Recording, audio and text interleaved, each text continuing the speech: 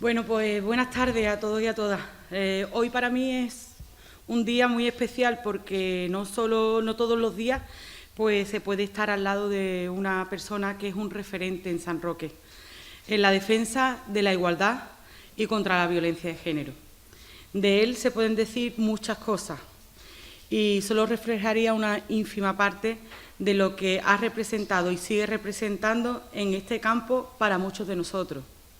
José Gómez Macías, Pepe, como muchos lo conocemos, ha dedicado la mayor parte de su trayectoria profesional a esta casa, al Ayuntamiento de San Roque, que ha tenido la grandísima suerte de contar con un profesional comprometido, siempre con su trabajo, luchador, innovador y, en definitiva, que ha sido protagonista de la actividad institucional en esta materia durante décadas. Él es psicólogo clínico, especialista clínico, psicólogo de profesión, que además de haber trabajado también en su propio despacho de psicología, comenzó allá en la década de los 80 a trabajar en el gabinete municipal psicopedagógico que entonces existía en el Ayuntamiento de San Roque, en el Departamento de Salud, departamento que poco después se transformó en Asuntos Sociales, en donde también fue psicólogo del equipo municipal de toxicomanía y que finalmente se convirtió en el actual Departamento Municipal de Igualdad y Asuntos Sociales. No puedo dejar pasar referirme a él como uno de los fundadores del Centro Municipal de Información a la Mujer, ya que desde sus inicios ha sido una figura crucial para su creación y para que desde el Ayuntamiento de San Roque no solo se diera la atención jurídica y de información a las mujeres que lo requerían, sino que también se les pudiera prestar atención psicológica a ellas y a sus hijos e hijas. En este sentido, gracias a su labor profesional, San Roque fue pionera en incorporar la figura de un psicólogo en el equipo del personal técnico del Centro de Información a la Mujer, posibilitando así una atención realmente integral. Él, junto con otra funcionaria, jefa del servicio entonces, Antonia Girón Regordán, Toni, para los compañeros y amigos, a la que quiero también recordar hoy, fueron los impulsores y los que trabajaron sin cesar para que nuestro ayuntamiento apostara por incorporar el centro como un servicio más en nuestro municipio. Y gracias a ellos, Pepe y Toni, junto con el resto del equipo de servicios sociales, ha sido posible que muchas mujeres, familias, niños y niñas hayan podido avanzar en su vida, dejando a un lado situaciones de maltrato, de sufrimiento y que hayan podido reconstruir sus vidas. Solo puedo deciros que tenemos hoy la gran oportunidad de compartir esta conferencia que se titula Antes fue el matriarcado, con una gran persona y un grandísimo profesional de la intervención psicosocial y en especial del trabajo por la igualdad y contra la violencia a las mujeres. Pepe, bienvenido a esta casa, a tu casa, y te doy las gracias por responder a nuestra llamada y estar hoy con todos nosotros y nosotras y por tu bien hacer. Muchas gracias. Gracias, Pepe. Bueno. Muchas gracias. Ya te marco. Muchas gracias a ti porque estas palabras me abruman verdaderamente. Me requirieron para intervenir en este acto, que otras veces yo estaba de aquel lado de la parte organizadora, como ahora mi compañera Ana, y como siempre se está nervioso porque eso como son actividades como muy visibles, pues todo lo que se haga mal se nota muchísimo.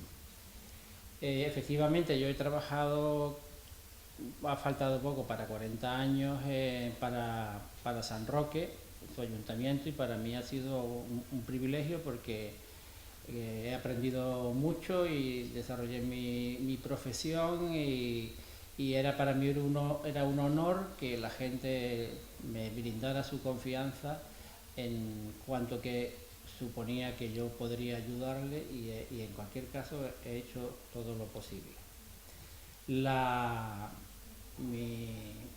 Mi jefa o mi exjefa, Juana Gutiérrez, me pide que yo intervenga cuando yo ya llevo 4 años deconstruyéndome en la jubilación.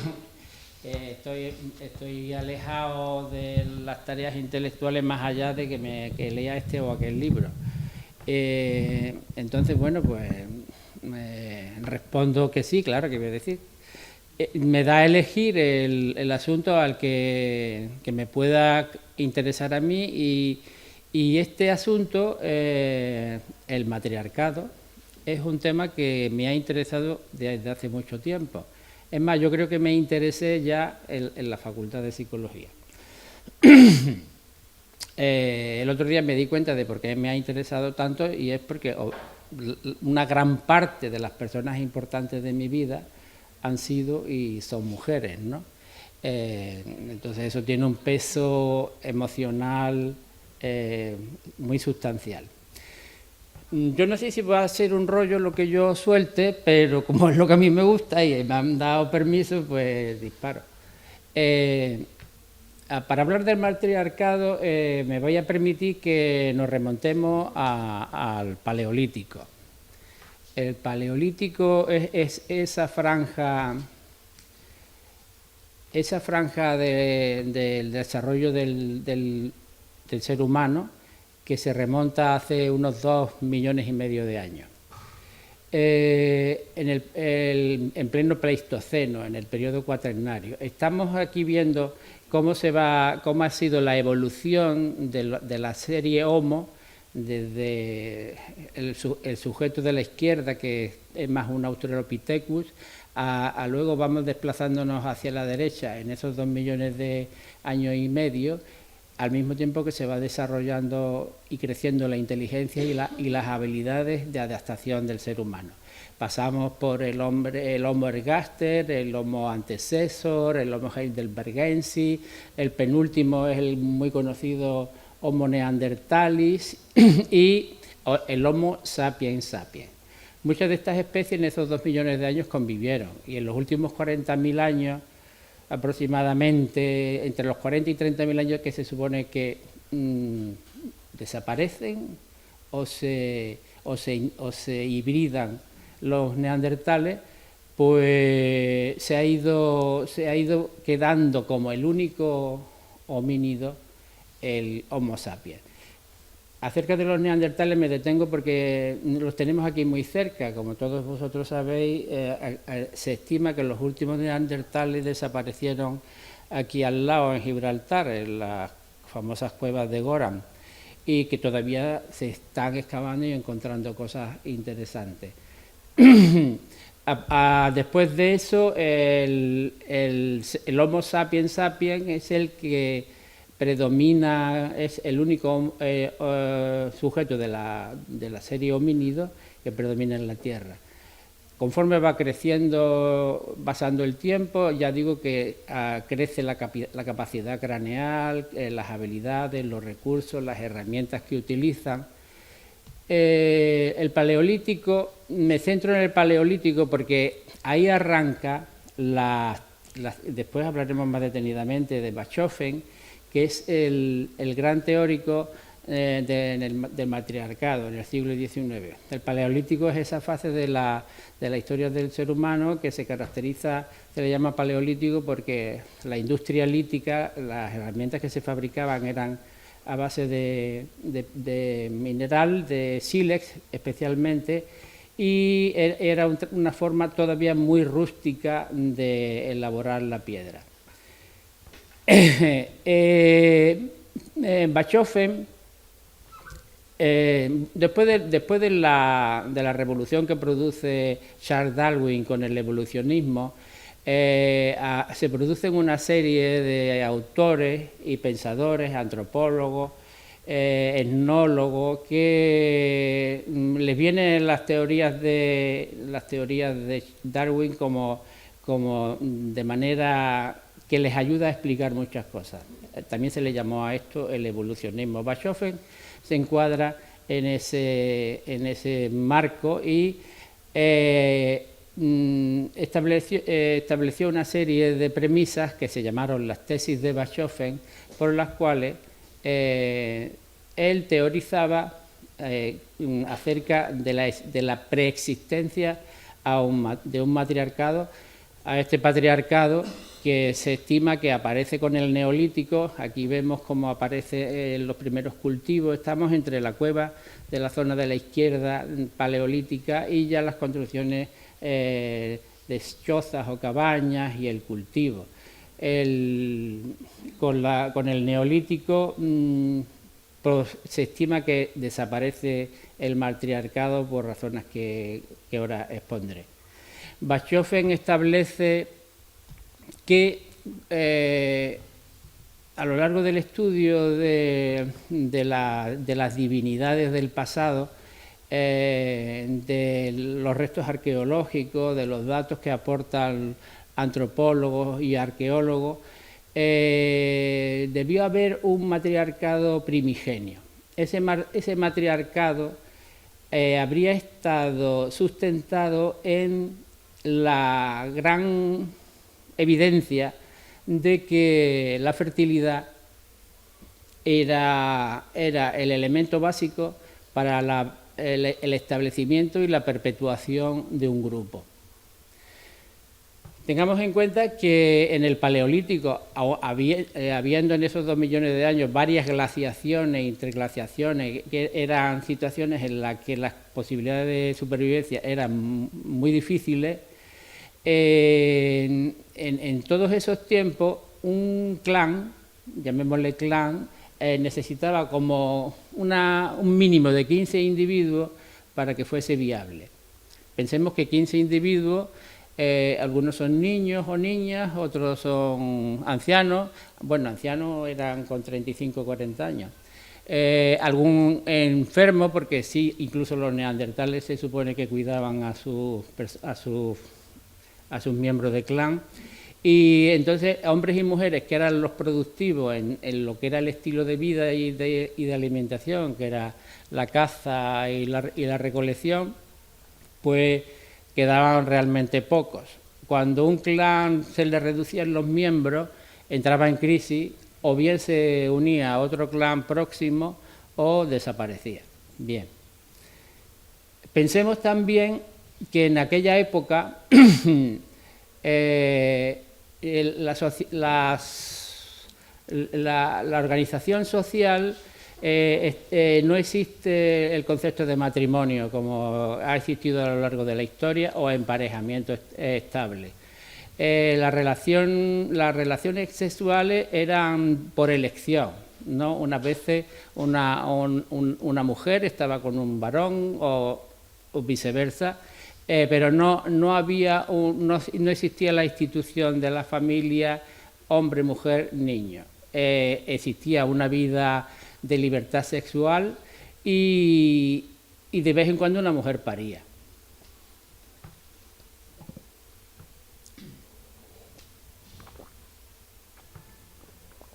Una mujer paría y no se sabía por qué.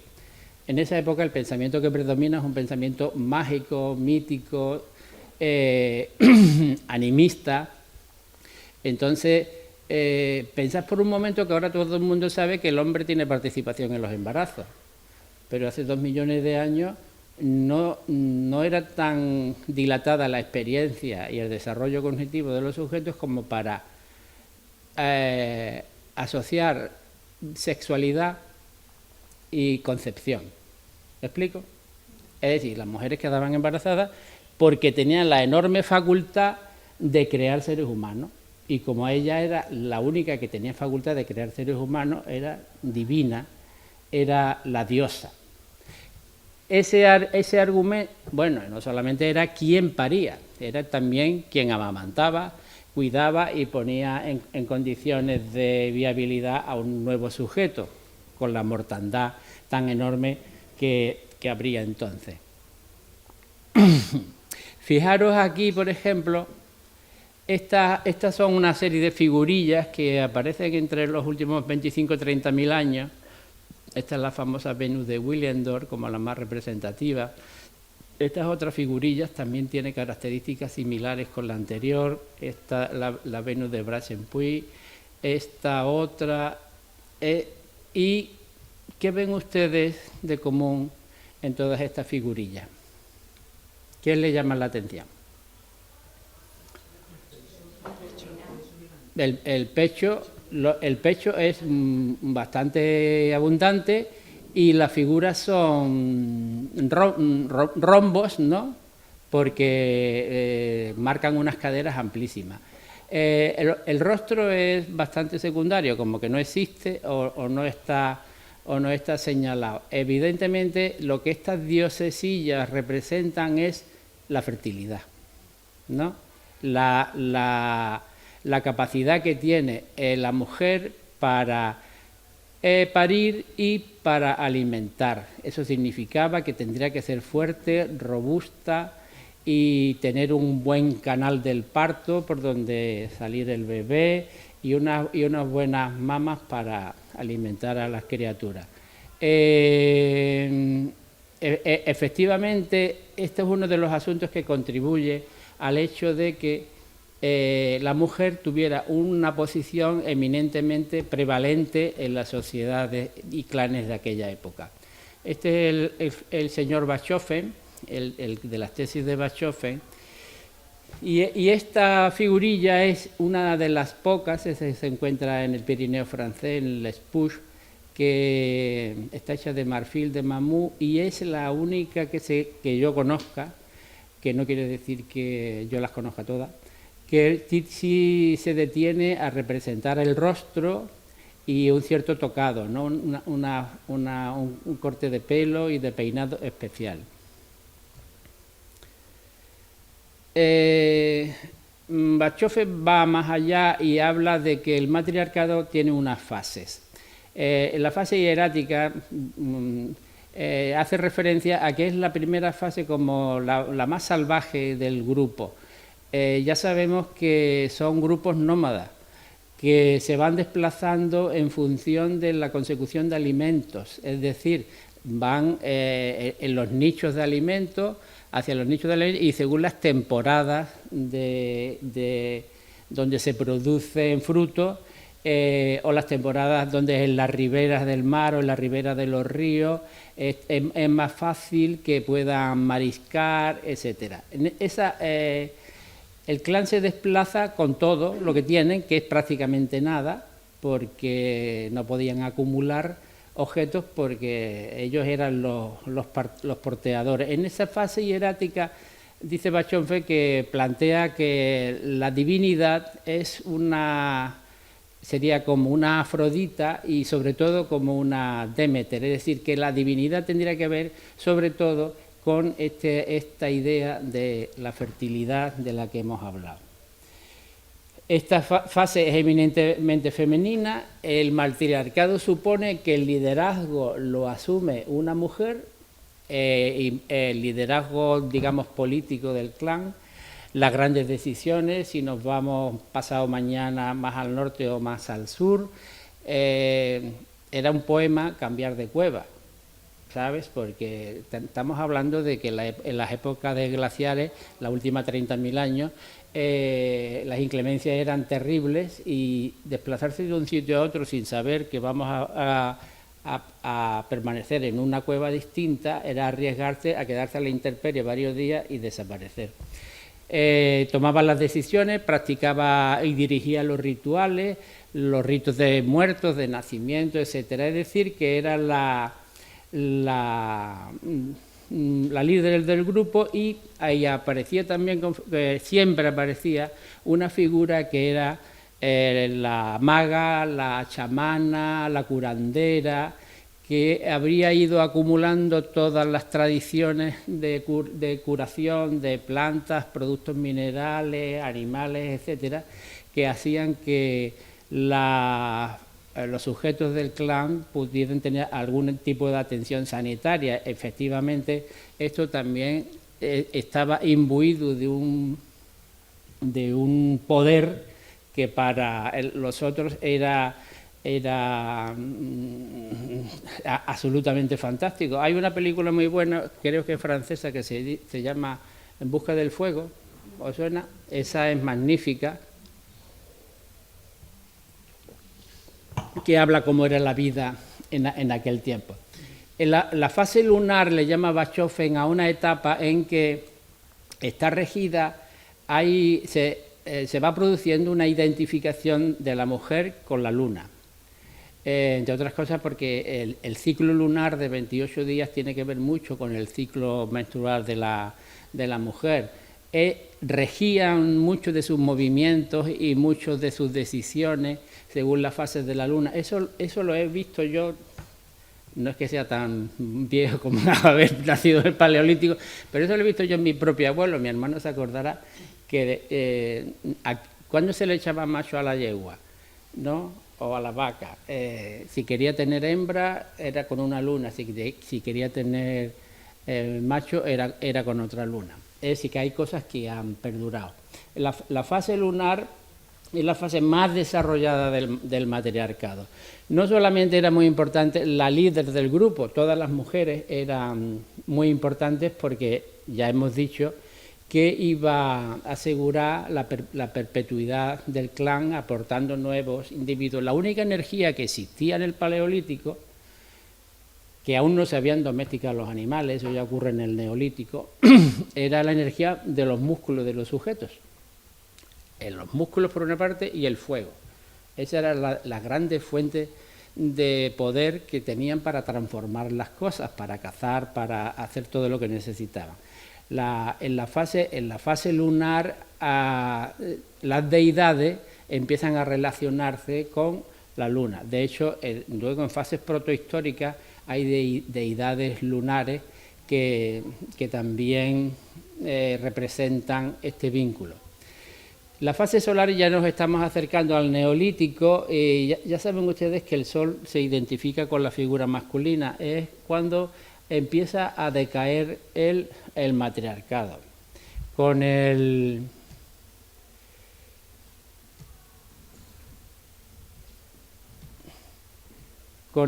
la gran revolución agrícola que se produce hará unos 12.000 años,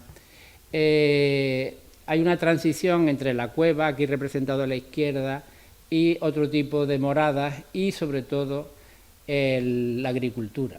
La agricultura permitió que se establecieran con más seguridad los alimentos, pero también empobreció la dieta. Como dice Harari, la dieta que se basaba prácticamente en el grano, cebada, trigo, cerveza, mijo, maíz en las Américas, y era mucho menos rica la dieta. También el monocultivo y la monodependencia alimentaria suponía que cuando había una época de escasez se producía las grandes hambrunas. Como pasaba en el siglo pasado, cuando la cosecha de patatas se perdía en Irlanda, morían por miles y miles los irlandeses. Engels, el coautor del socialismo, del marxismo, en esa corriente evolucionista que tanto interesaron a pensadores de la época, quiso ver el comunismo primario o primitivo en la forma de vida del Paleolítico, donde todo era comunitario, no existía la propiedad privada, todo se compartía y los bienes se adquirían de forma conjunta y colaborativamente, nadie almacenaba nada y lo único que podía ser de alguna manera más personal podían ser las herramientas que construían a base de la industria lítica, del trabajo de la piedra. Hegel establece... ¿Por qué hablo de Hegel? Porque es interesante, porque el matriarcado ha desaparecido y no ha desaparecido. Es decir, hay aspectos del matriarcado que aún permanecen. Por ejemplo, la matrifocalidad sería el aspecto del matriarcado donde es más contundente el poder político de la mujer. Es decir, el foco es la mujer no solo por aquello de que es la productora de sujetos, de niños y niñas, sino porque también tiene poder político, poder disuasorio. Y esta parte de la matrifocalidad, como la mujer como la líder del grupo, políticamente líder, es la que menos extensión ha tenido a lo largo de la historia y menos presente está en la actualidad. En la matrilinealidad o el matrilinaje hace referencia a que las sociedades sigue siendo la mujer el centro, es la que hereda la propiedad, ya estaríamos en el neolítico, y se va transmitiendo todos estos bienes de hija, de abuela, madre, hija, en una secuencia de mujeres. Eso, como vuelvo a decir, sigue siendo así en algunas comunidades aún vivas, aún vivientes, ¿no? Y la matrilocalidad hace referencia a que cuando se produce cuando aparece un hijo, y ya se sabe la intervención del varón, el varón va siempre a vivir o a orbitar en torno al hogar de la mujer. Es decir, la mujer se instala en un lugar donde el varón, este o aquel, porque no habría tampoco, hasta más adelantado el neolítico, no habría la idea de matrimonio, tendría que ir o no ir, es decir, que habría mucha independencia en las obligaciones de pareja. Hay en la protohistoria, hay ejemplos de culturas que fueron matrilocales, por ejemplo, en la antigua Creta. Los cretenses varones no tenían ninguna posibilidad de heredar nada. Es decir, muchas veces tenían que ir a buscar novia a otros lugares, a otras islas del Egeo, porque ellos no aportaban nada al matrimonio. Las mujeres eran las propietarias de los bienes. Aquí se ha representado una diosa muy femenina y muy matriarcal, que es la diosa de la serpiente, que como saben ustedes se encontró una figurilla en el palacio de Knossos en Creta. Otra sociedad histórica donde la mujer tuvo un papel extraordinariamente relevante que nos extrañaría hoy día en cuanto a su autonomía y su independencia, y en cuanto a la capacidad de ejercer posiciones de poder en la cultura egipcia. Hoy día no conocemos ninguna mujer obispa o papa, ¿no? O tan solo en la iglesia anglicana hay algunas sacerdotisas, pero en la antigüedad de Egipto era muy normal que existieran las sacerdotisas, que tenían no solamente una serie de poderes en cuanto a los rituales, sino que también tenían un poder político, eran, digamos, manos derechas del faraón. Se habla de la reina Hatshepsut, de la faraona Hatshepsut, pero es como la prototipo de faraona de Egipto. Hubo otras muchas faraonas, son más de 30 dinastías, son más de 3.000 años. Hubo otras muchas faraonas que mantuvieron esta política de predominancia de la figura de la mujer. Existía el divorcio, que lo decidía la mujer, se decía si se casaba, si no se casaba, con quién tenía hijos, no existía una institución matrimonial. Es decir, que hace 5.000 años había muchas cosas que todavía hoy no se han establecido de forma constitucionaria. En Babilonia, en el antiguo Sumer, esa sociedad y esa cultura tan interesantísima, también se produjo la diosa de la fertilidad. ¿Por qué le doy importancia a los dioses? Los dioses, según la concepción que tiene un pueblo de sus dioses, es como está organizada la sociedad y la mentalidad y el valor que tienen los sujetos, ¿no? Entonces, fijaros, por ejemplo, que las religiones monoteístas, que es el judaísmo, la más antigua, el islam, el cristianismo, le dan un papel de relevancia a las mujeres insignificante, incluso perverso. ¿no? En el cristianismo, en el Antiguo Testamento, Eva fue la que tuvo la culpa de que Adán pecara, ¿no? Y por eso fueron echados del paraíso. Para mí, esto es una opinión personal, el paraíso era la vida del paleolítico, ¿no? La vida nómada, la vida salvaje, la vida comunitaria, dura, cierto, pero no sé si la de hoy no es también muy dura.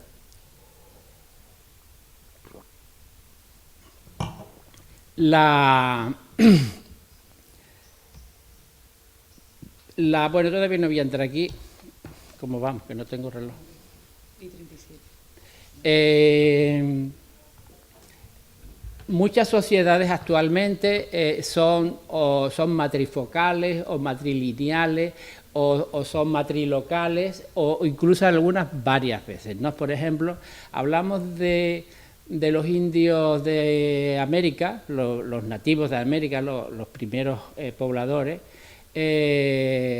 son matrilineales y matrifocales, es decir, los iroqueses, los hopi, los cherokee, todos esos indios que alguna vez hemos visto en las películas del oeste, tenían un papel donde la relevancia de la mujer era fundamental. En China los suomo todavía conservan este tipo de costumbre.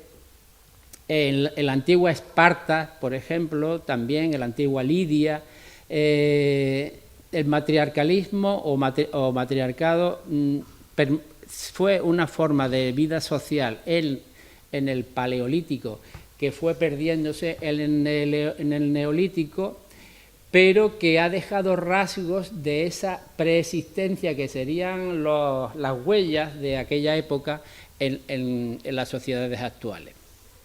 Me quiero detener un momento en cómo yo veo el Neolítico y cómo eso perjudicó a las mujeres. Dirán, este está chalado. Como dije antes, la gran revolución del Neolítico es la revolución agrícola y ganadera. Se empiezan a domesticar los animales.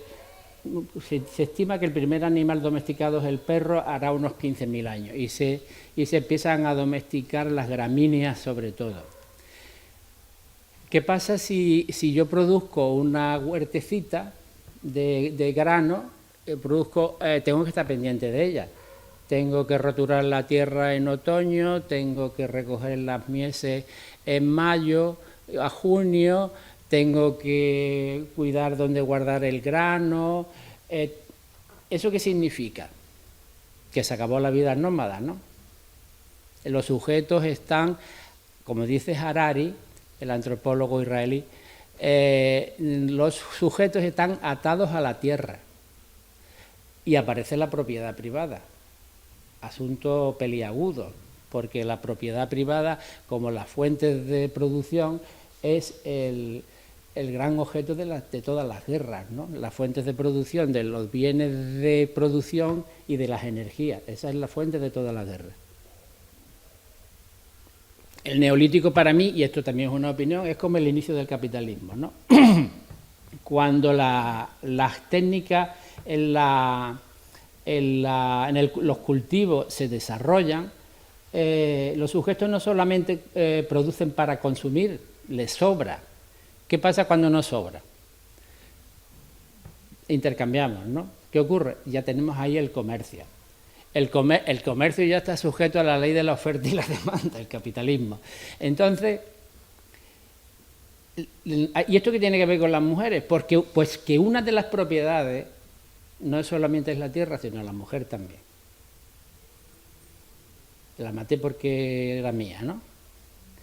A mi juicio, ahí arraiga el patriarcalismo con sus aspectos más denostables, que es el machismo y la posesión de la mujer. La mujer se posee porque se puede, si queréis, muscularmente, pero sobre todo se posee pues porque es una fuente de placer y de producción de individuos, que es mano de obra, soldados, remeros, sujetos que vamos a empezar a utilizar, esclavos, ¿no?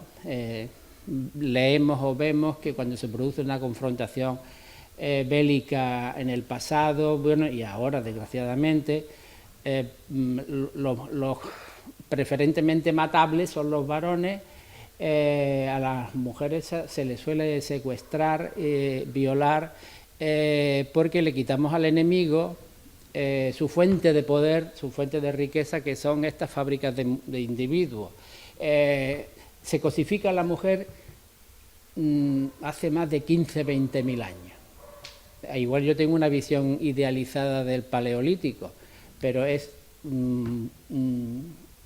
lo que hasta donde yo sé, que sé bastante poco de esto.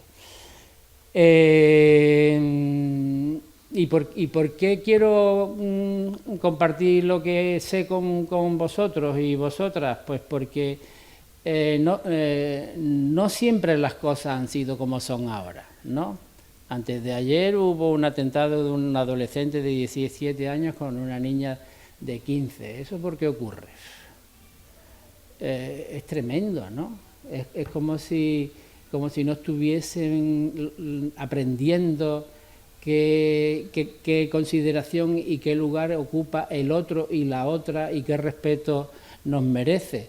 La chica parece ser, hasta donde yo sé, que lo deja y él va y arremete contra ella. Pues, ¿por qué lo hace? Pues porque tú no me puedes dejar, yo te he elegido, tú eres mía, tú me puedes dejar, si no eres para mí, no eres para nadie. Entonces, pero afortunadamente no siempre ha sido así. En todo nuestro genoma debe haber alguna parte donde esos 2,5 millones de años que hubo una prevalencia de la figura de la mujer, estará ahí dentro de nuestro sistema celular.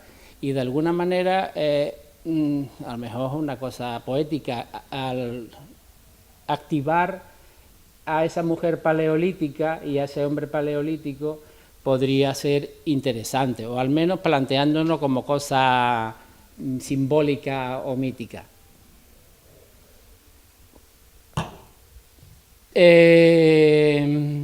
Muy cerca de aquí tenemos a sociedades que todavía conservan. Esta es la diosa Mari.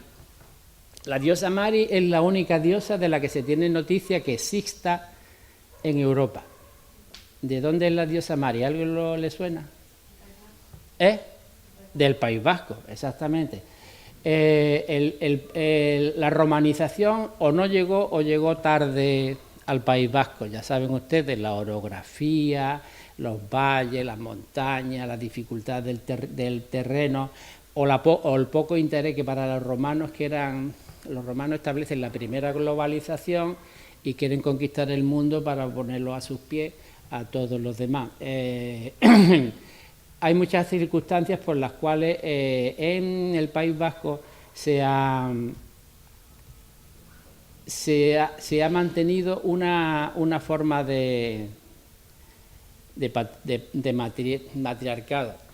Hay un antropólogo, Ortiz Oses, que también basándose en los estudios de de Barandiarán, que era un sacerdote antropólogo, no hablan de matriarcado, hablan de matriarcalismo.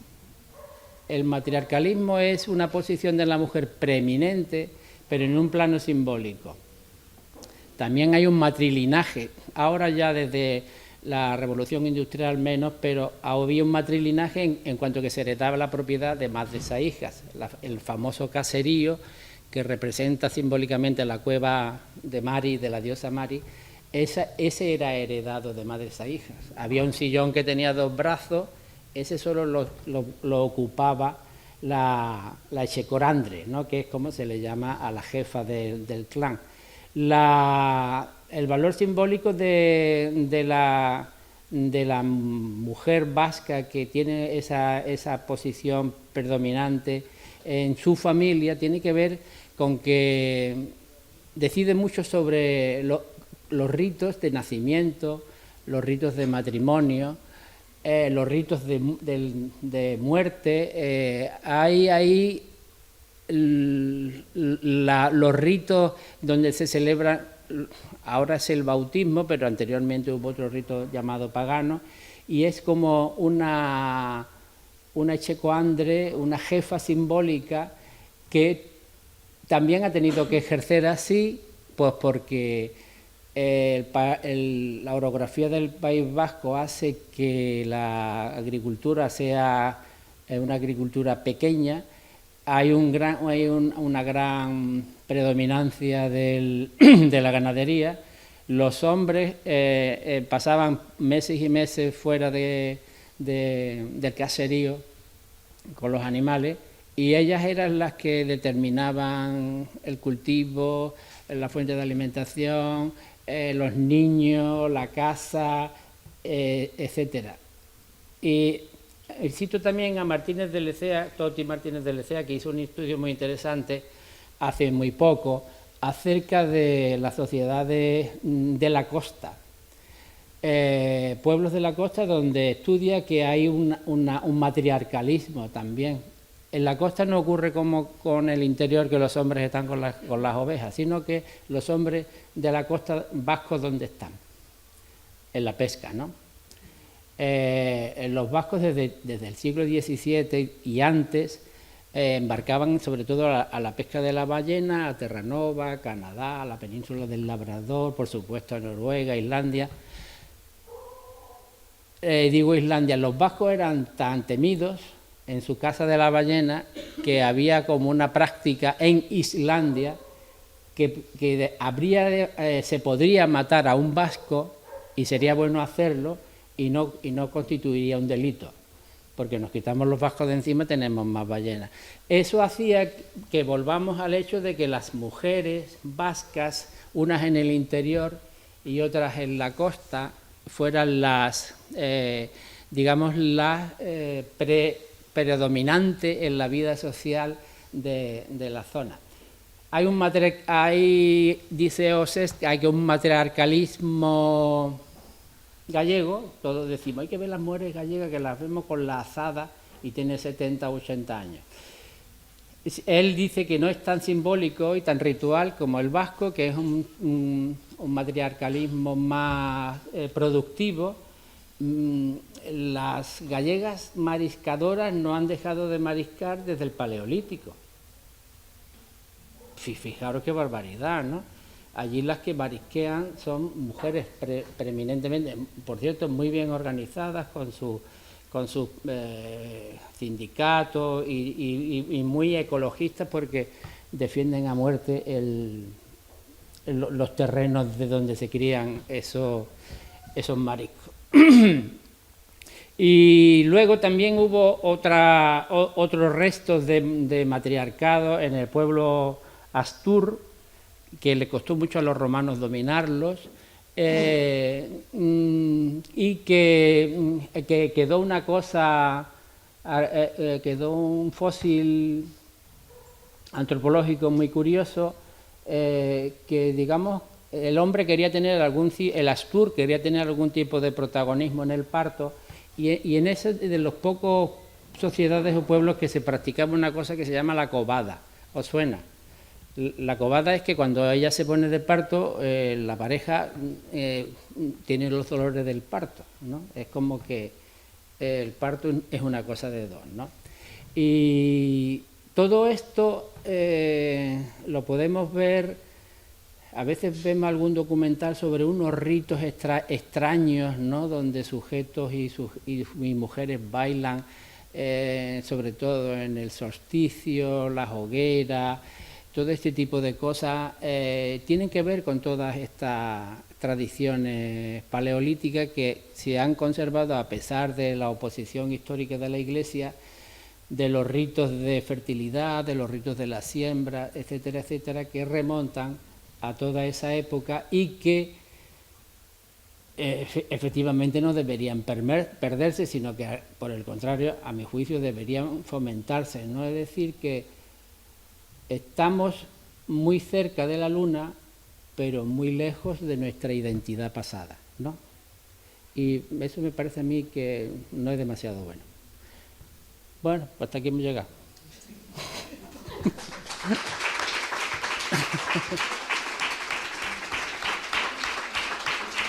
Hay muchas más cosas, pero no tenéis por qué sufrirlo. Vamos.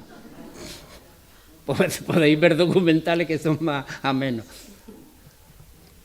Bueno, pues muchas gracias, Pepe, por esta conferencia. Esperemos poderte traer en otro momento también. Bueno, depende de lo que me paguéis. Que, hombre, si yo sé, ya es que yo sé muy poco, pero si yo sé de algo, pues es una obligación compartirlo. Muchas gracias. Muchas gracias a vosotros.